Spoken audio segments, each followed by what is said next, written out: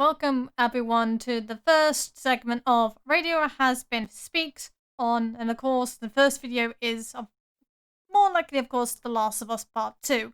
This will contain spoilers to the plot. If you guys have not played the game already, I would suggest you do so if you're a fan of the series and do want to carry on the sequel. Thank you very much, and you guys can come back later on when you've finished playing the game. I will allow you guys to take some time into that. I have read the leaks. I have read the leaks since April, and of course I've kept my mouth quiet until, of course, the embargo was lifted, being, of course, the release date of this game. I do believe that the fault is the story of the game. The graphics do look lovely. Do I need to play the game to basically become a fan of the series in order to critique it? No. I am taking this from an objective, unbiased opinion. My own critique on the game itself from what I've seen and what I've heard.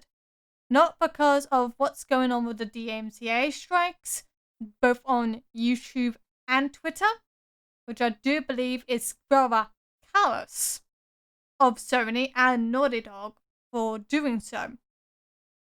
This is the fault of Neil Druckmann himself. His response to the leaks, how it was handled, how the plot was handled, and of course the aftermath of its release. Granted, it sold 4 million copies, which is good for a game of this size being a console-only platform. But if you have a look at other numbers, such as Monster Hunter World sold 5 million, it's pretty much obsolete, especially for games that are multi-platform rather than just on the PlayStation 4. My opinion on that.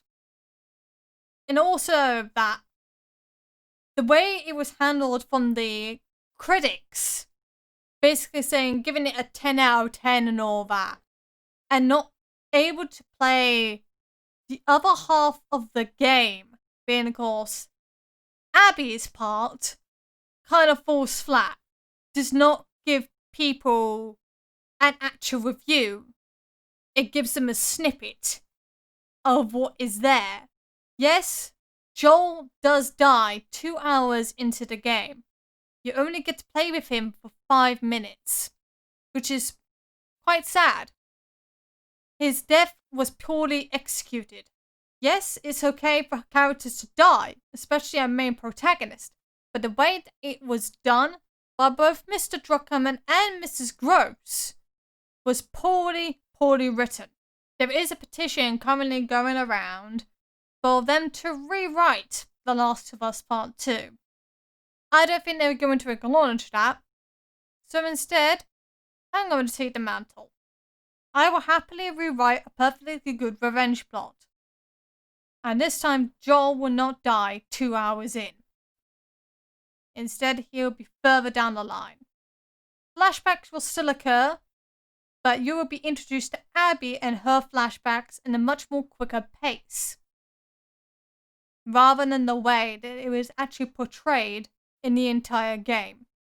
Some scenes will be left out. Some characters will be left out. Because the way you have to feel for Abby, to empathize with her, and about how killing dogs is wrong. We're in a post-apocalyptic world. Political correctness is thrown at the window at this point. There is no need for a political correctness agenda or narrative to be thrown into a post-apocalyptic world when it is you against other human beings and the people that have the fungi. Especially Ellie, because she has bitten 2 people now with the mutated gene of the fungi.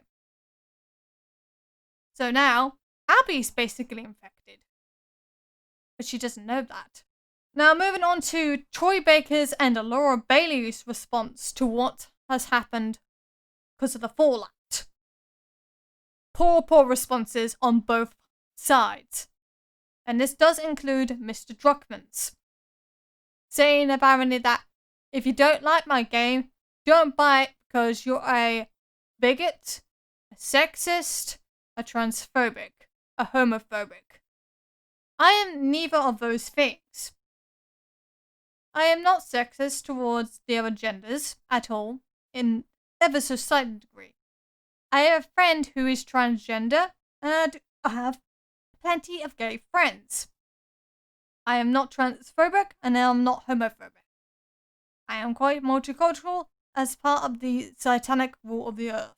Of course, Laura Bailey and Troy Baker were quickly able to delete those tweets because of the backlash they were currently getting, especially talking about the bots are at it again, when it's actually real people. We're all real people behind this, and we all have emotions towards this game. It has also been brought to my attention that Laura Bailey has actually shown on Twitter herself some death threats that she's been getting for her portrayal of Abby. This is completely unacceptable. You guys really need to separate fantasy from reality. She was only doing her job. The person you really, really need to blame is Neil Druckmann for the writing on how butchered it really is. Not her. Please don't do that. People don't empathize with Abby at all, and that's the main problem. The way that she was dealt with was done so trifling and so wrong that the story in itself of her, Ellie, and Joel was in fact butchered. And this does come down to the people who are writing the game, being of course Neil Druckmann and Haley Gross. Having a feminist to help write does not help at all. So in other words, I sorely blame Mr. Druckmann for his efforts on this game. Solely. It's his way of thinking, of his attitude towards not only the people that are criticizing him at this moment in time, but hating his game. Because he has said many times before that people are going to hate this game for being a revenge plot. It is a basic revenge plot, yes, but the way that you have done it, Mr. Druckmann, was poorly executed in every bad sense of the word. I know I'm going to get some comments on, oh, you need to play the game first, blah, blah, blah, blah, blah. The Naughty Dog made the masterpiece, blah, blah, blah. Who cares? Seriously, who the hell cares? Because now I am voicing my opinion, especially after what has happened for the past 2 months of this controversy. And I do believe that Mr. Druckmann is at fault. But not only for the story, but also because of the advertisement campaign that he has put through the people that are currently now leaving Naughty Dog. So now it's basically mostly him by himself. He drove them away because of this game. 70% of people left after Uncharted 4. And that was supposed to be Amy Hennig's last game. Sadly, Mr. Druckmann ruined that. He ruined it for his own ideology. Because of a certain person that he respects. That he needs to wake up from.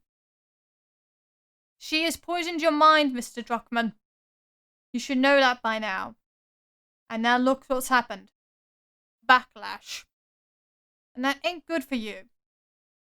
Because right now in the UK, there's been an 80% drop in sales. Not because of the articles that I've seen. Because I work in one of the many warehouses. Actually, the only distribution centre here in the UK of the biggest gaming retail market that is not Amazon. That is not Rakuten. Not any of the online other platforms. I work specifically in that department. I dispatch them. I pack them. I would say roughly about 20 to 40,000 were sent out on the first day. There was roughly 12 to 15 Yorks. Not only for Royal Mail, but also for DPD for this game. And I do commend the efforts of The Last of Us Part 2. I do commend the people that avoided the spoilers. But Mr. Druckmann, even if you are going to be watching this, and I don't know if you are at fault for this. Take it on the chin like a man. Because you know what? I'm dealing with this calmly. I would be angry, but I'm not. So you need to calm down. Stay off social media for a while. You need to rethink and reassess for part 3, if that even comes to it. Because otherwise, Sony's gonna axe you. And it ain't gonna be pretty. It's gonna be even more gruesome to what you did to Joel. Thank you very much for watching.